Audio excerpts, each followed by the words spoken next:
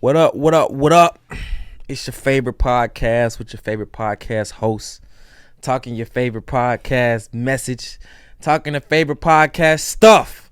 What's happening? It's Freewenow. It's Freewenow. Freewenow. It's Freewenow. Till it is. Till it is. Till it is. Till it is. Till it is. It is. It is. Backwards. What up, what up? We back. It's Freewenow. Till it is back of the words. Yes, sir, ski. Look, and we got a shirt. Free we now. Look, God'll give you a miracle if you wear our shirts. All right, if you want your miracle right now, call 1-800. No, I'm playing. I'm playing. Don't do that. If anybody tells you, never mind. Yeah. That was a joke. Welcome to the pod. You feel me? What you got for the people? Hey, man, let's get into it. Yes, sir, ski. All right, so today, Mephibosheth. Mephibosheth. It's Mephibosheth. All right, look, we're talking about Mephibosheth. All right, the name, I just can't stop saying it. Mephibosheth. All right, so we are talking about David and Jonathan. Okay, two prominent people throughout the Bible, and we're really gonna unpack some things that I didn't even know until I started reading and doing some research on it. What you got for the people? Hey, man, read the Bible, study the Bible, love the Bible, and free we now till it is backwards. About the Bible, baby. At the Bible. All right, so we have Mephibosheth. All right, this is Jonathan's son, right? And Jonathan's father was King Saul. That Saul. That one. Not King Paul Saul. Saul, but the other Saul. So there's two different Sauls in the Bible that you can get confused. I almost did too. I did. I had to ask ChatGPT. I was like, what? I said, wait, this the Saul we talking about? You know what I'm saying? This Paul Saul? No, this Saul. Saul. All right, so this Saul was the first king of Israel. All right, so he didn't later change his name to Paul. That came thousands of years later. All right, that Saul is turned Paul and Eutychus fell out the window. BC. All right, that's somebody else. This Saul was the first King Saul of Israel. Okay, this is David and Jonathan time frame. So this is thousands, centuries before. Got it. Check. David and Jonathan are cool. And they more than cool. So cool that they have a covenant. So when we shake hands, the term of friends is a covenant term. So if I shake your hand back in this time frame, that means we had a covenant with each other. Gotta stand on it. Meaning, I would cut my hand, Keith would cut his hand. A little blood will come out. We would slay an animal. Okay? We would shake hands and then walk around this animal and say, if we were to break this covenant, may the same thing happen to one of us that happened to the animal. Deep stuff. Yeah. So, I hear some people say, oh, David and Jonathan was sweet on each other. I heard they was gay. Because, why would you do this for this person? And it's because we don't understand this time frame. It was a covenant. Don't try to distort the Bible and try to make them seem like they was, homosexual. Why are you gay? You are gay. Homosexual. You are gay. Why are you a homosexual? No. All right? They weren't gay. This was a covenant. I just got to give it to you like that. I don't know how else to. Because I don't want the Bible to be distorted. It's just real talk. If you want to go hear it a different way, go to somebody else's stuff. All right. So now, David and Jonathan have a covenant. So they locked in. But Jonathan's pops is King Saul, and he hating on David. Because they made a song about him. You feel me? This Billboard top charts. King Saul, they had a song that said, King Saul has killed his thousands, but David his 10,000s. This is David and Goliath. So since legit, David been slaying people. On that. He owned that. You know what I'm saying? So David is slaying 10,000 and Saul is slaying 1,000. So imagine the chorus is like, Saul got his thousands, but David got his 10,000s. So band for band. We going band for band. We can go M for M. You know what I'm saying? In bodies. This ain't even like Munyon. This is bodies. If David would have had teardrops all over his face. Blackface. You know what I'm saying? He would have had to just, you know what I'm saying? He would have just, I don't know. He would have had to do something different. He would have just had an umbrella. He got so many dang teardrops on his eye. You feel me? So just setting the scene for you. So King Saul is jealous of David. But Jonathan, his son, and David are tight. They got a covenant together. Jonathan has a son, Mephibosheth. So Jonathan has a son, Mephibosheth, right? Just a little bit background about Mephibosheth. He's lame. Legs don't work. You know what I'm saying? He got dropped as a baby, and now he's lame. So I'm going to fast forward to the primary part of this story, right? At this point, David is now in power, and he's doing all the things that he said he was going to do, bringing the countries back together, making sure everybody got their stuff. So at this point, David's smart. He rapped tight. He remembered his covenant, and he understood that he owed Jonathan a debt of gratitude. So what does he ask for? He asks all the people, he says, does anybody know descendants of Saul? Can anybody tell me if there's any of Saul people out here? Who is Saul kinfolk? You know what I'm saying? If y'all know them, let me know so I can make sure I talk to them. So one person raised up like, yeah, I think, one of Saul people is in this place called, what is it? Lodabar. Lodabar. I think he's in Lodabar. He stays with a man named Ziba, Micah, something like that. He stays with them people. So David sends out a search party to go find Mephibosheth or little mesothelioma, right? So they grab Mephibosheth. He had to. Yeah, I had to. I can't save myself. So he goes and grabs Mephibosheth. They bring him to David. Now, when Mephibosheth comes, of course, he gets down, falls on his face. Legs don't work, right? First thing out of his mouth, he says, I'm your servant. I'm your servant. So David reassures him and lets him know, because Mephibosheth's grandfather was Saul. And Saul and David got smoked. So Mephibosheth probably think it's over for him. He wasn't in Lodabar just to be in Lodabar. He was hiding out. Yes. He says, but do not fear. Do not fear. I got you. And what does he do? He restores all the lands that his grandfather had back to him. All the lands that his grandfather had back to him. And you may not think this is prominent, but Saul was out to get David. He put a bag on his head. He was trying to kill him. Trying to kill him. Murder him. For a long time. Right. This wasn't just, we had smoke last. Nah, a big portion of his life, he was trying to kill David. He put a wanted poster up. Everybody was out there. Everybody out there. So you would think the man who got beef with my grandfather just sent people to get me. It's over for me. I'm done for. I'm done. My life sucks. But David remembered his covenant with his father and restored all the lands to him. And not only did he do that, don't forget Mephibosheth or mesothelioma is lame, because you would think that's some type of funny joke. You give me all this land that I can't take care of. Right. I can't tend to it myself. I don't have the means to rule. I'm paralyzed. He made the individuals that he was living with become his servants. He says, now y'all are going to till this land. Y'all are going to take care of this so that Mephibosheth can profit. And Mephibosheth, you going to eat at my table for the rest of your life. You're going to eat at my table. And now we come together, you may have a snack. Back in that time, to eat with somebody was a ultimate show of respect. When Jesus came to people's house, he said, I will come in and eat with you. That was a sign of respect. That was a sign of love. That was a sign of gratitude. Like, that was an ultimate honor. And not only this, Mephibosheth is eating with the king of Israel. Right.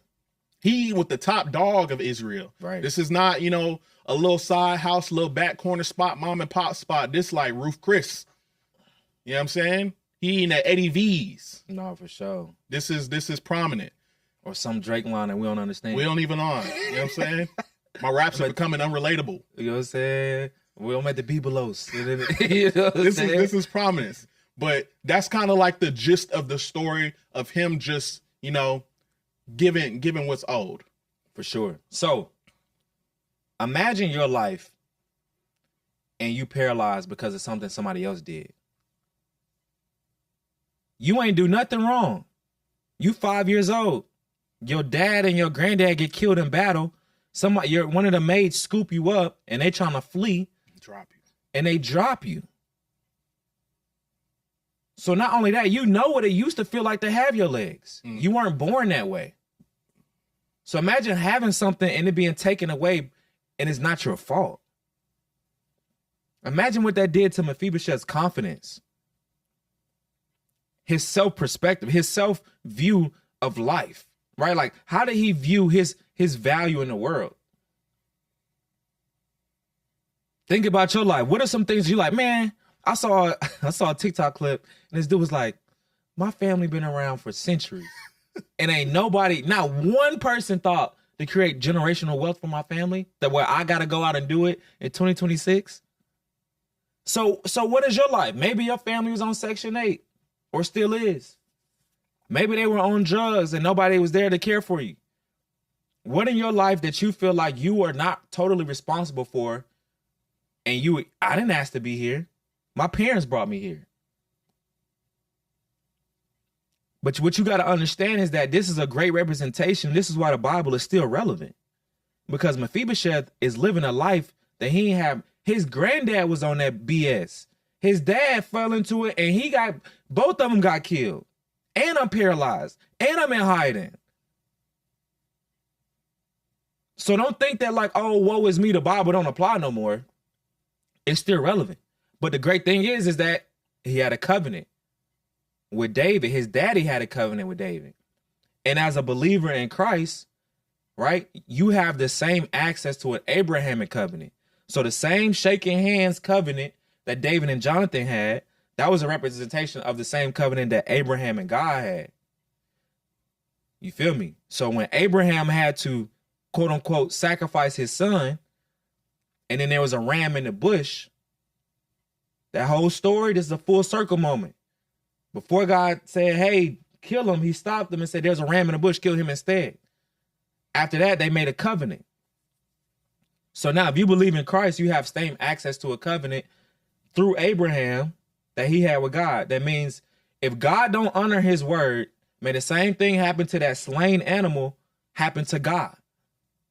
So if you Mephibosheth in your life and you thinking God ain't gonna be there for me and you in hiding and your covenant is greater than your circumstances.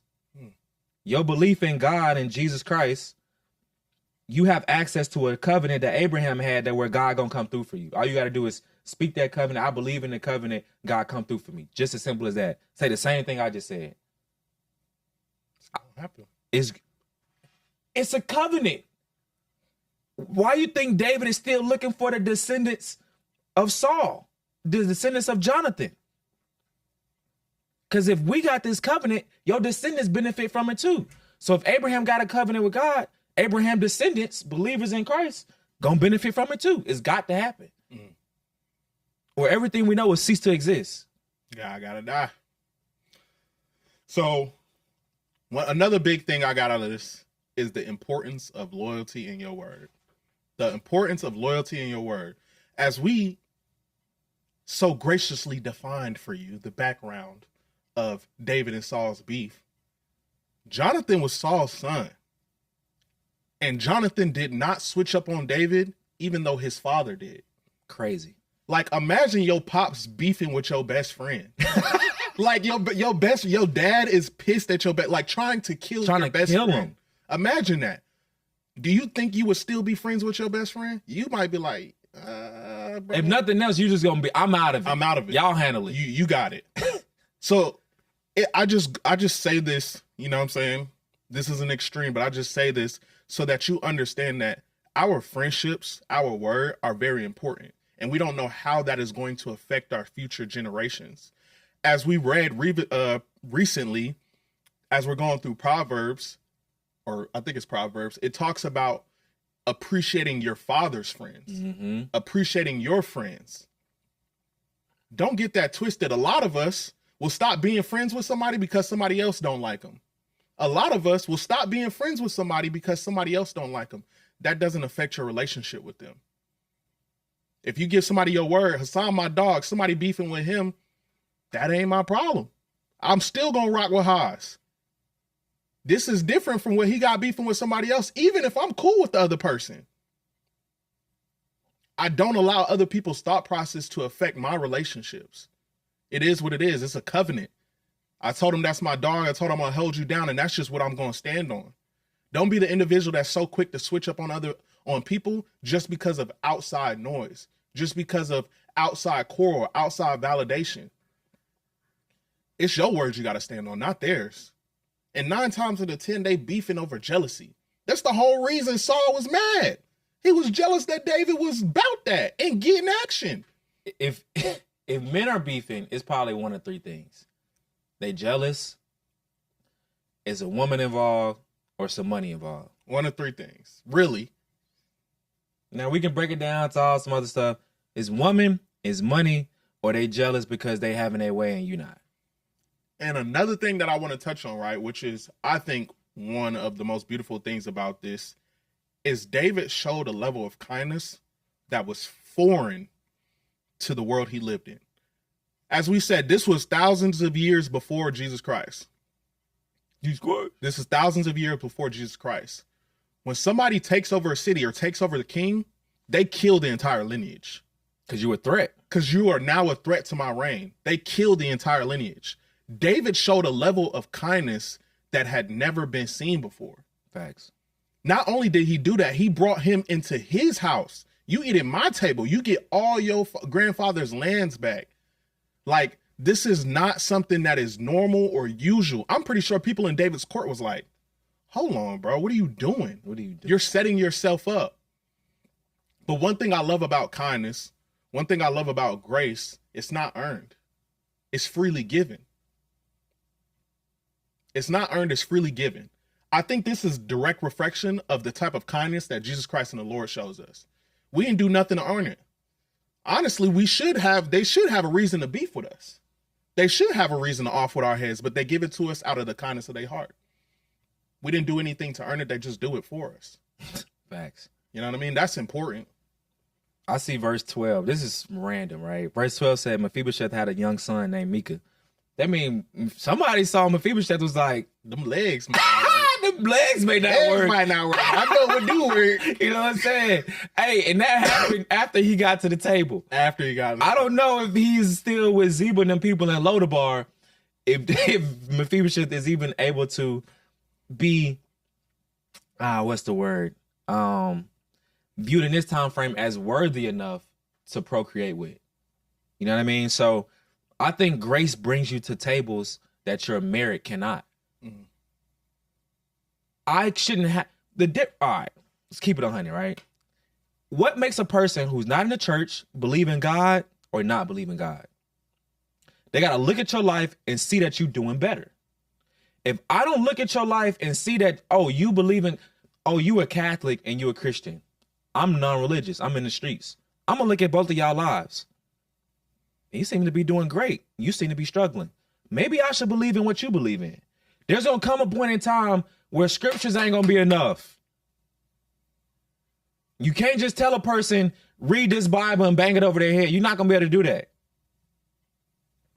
You're going to have to be in a position to where you believe in God, so God elevates you. So when it doesn't look like you should have grace on Mephibosheth, you do.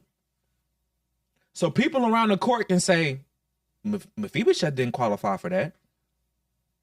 Why is he bringing him to the table? He's paralyzed. He can't even do nothing. Even if we did bring him here, he can't even work. He just gonna sit here. He's just another mouth to feed. But it ain't about that. When you are connected to a covenant with God and Jesus Christ through Abraham, right? You gonna qualify for things that you shouldn't qualify for. It don't have nothing to do with you. It don't have nothing to do with your ability, your skill set, nothing. So in the time frame that we in right now, we need to be believing in our covenant, and it don't have nothing. You know what the greatest thing Trump told me? The greatest thing Trump told me is that you don't got to be qualified. If I become the president of the United States and Keith my homie, Keith right there. He ain't got to be qualified. I don't care what y'all say. He don't have to be. But that same ideology and principles is a biblical principle. I don't care what Mephibosheth can do. This is Jonathan's son, and he connected to me. So through grace, he getting elevated. Off GP. Off principle. Because if I don't, may the same thing happen to this slain animal happen to me. Mm. So God is looking to elevate people in a time where the economy is crazy. People losing their jobs day and night. But he looking for people to elevate due to this covenant. So when they look at you, they can be like, Keith ain't qualified for that. How he get that? Gotta be God. It's gotta be God. Hassan ain't qualified for that. How he get that promotion? It's gotta be God. Because when he put us in those positions, we know, that he know that everything we do comes from him. So when they look at us and they put the mic in your face at the Olympics and they say, Oh my gosh, you ran the fastest time ever. How did you do it? God. Oh my gosh, you just hit the game-winning shot. How did you do it? God. Oh my gosh, your stock went up. How did you know to invest in that stock? God. Give him his respect. All Give him three of his y'all. flowers. All three of y'all. Put some respect on my name, and I ain't gonna say it no more. Give him his flowers. I ain't gonna say it no more. Another important part of the story that I want to touch on, right, is that God provides strength and provision in our weakness. God provides strength and provision in our weakness. And what I'm and stay with me. What I mean by this, right? Little mesothelioma, Mephibosheth, 5 years old, was paralyzed by being dropped by a maid. His grandfather was killed. His father was killed. He was hiding out in Lodabar. And I was watching a sermon and they said Lodabar was defined as a place without pasture or something like that. A place without pasture, a place without provision. So this is a lowly place. In the slums. You know what I'm saying? He's not having money. He went from the grandson of a king, which means he was getting tended to hand and foot. He had a maid. No legs and living in Lodabar. No legs and living in Lodabar. And the man that his grandfather had beef with is the one that re-elevated him. Not only did he re-elevate him and provide him with the agriculture abilities, he gave him servants. I know you can't do for yourself, so I'm going to do for you. Just like God does for us. I know you can't do for yourself, so I'm going to do for you. You trust and believe in me. Don't look at your physical alias. Don't look at your physical circumstance. Don't look at where you fell from. Just understand where I'm going to take you. God will always provide strength and provision in our weakness. Our weakness is necessary for God to give us what he needs to give us. Talk to him. Our weakness is necessary for God to give us what he needs to give us. Why? Because if I'm strong in every facet of life and I feel like I don't need nobody, I'm not going to pray. I'm not going to read my Bible. I'm not going to humble myself. I'm going to talk my stuff night and day, 24/7, and let everybody know I did it by myself. I got it out the mud. I'm self-made. That I did it by myself and nobody had anything in it. But the fact that we are human, the fact that it is impossible for us to do right every second of the day, the fact that we all have things that we struggle and fight with, just even more elevates the necessity for God in our life. Facts. Because through our weakness, God shows his strength. Where we feel like we don't add up, God gives us a little boost. Where we feel like we're not good enough, God redefines that. Where we feel like we constantly fail, we constantly misstep, we constantly don't make it, God says, I got you. Don't worry about that. He sent his only son to die on the cross for our sins. And we still out here acting wild. We still out here misstepping. God is a necessity. He's going to provide where we have the inability to act. Don't miss that, bro. You know what I'm saying? Again, we talked about Mephibosheth, right? Him not adding up. The covenant came through for him. You got a covenant with God, right? Through Abraham, believing that. And you ain't even got to understand it. Mephibosheth didn't understand it. You don't have to understand it. Trust in the covenant. Trust God gonna deliver you when everything you're going through, your circumstances don't matter. What you got? Nothing. It's Freewenow. Till it is backwards. Yes, sir, Ski.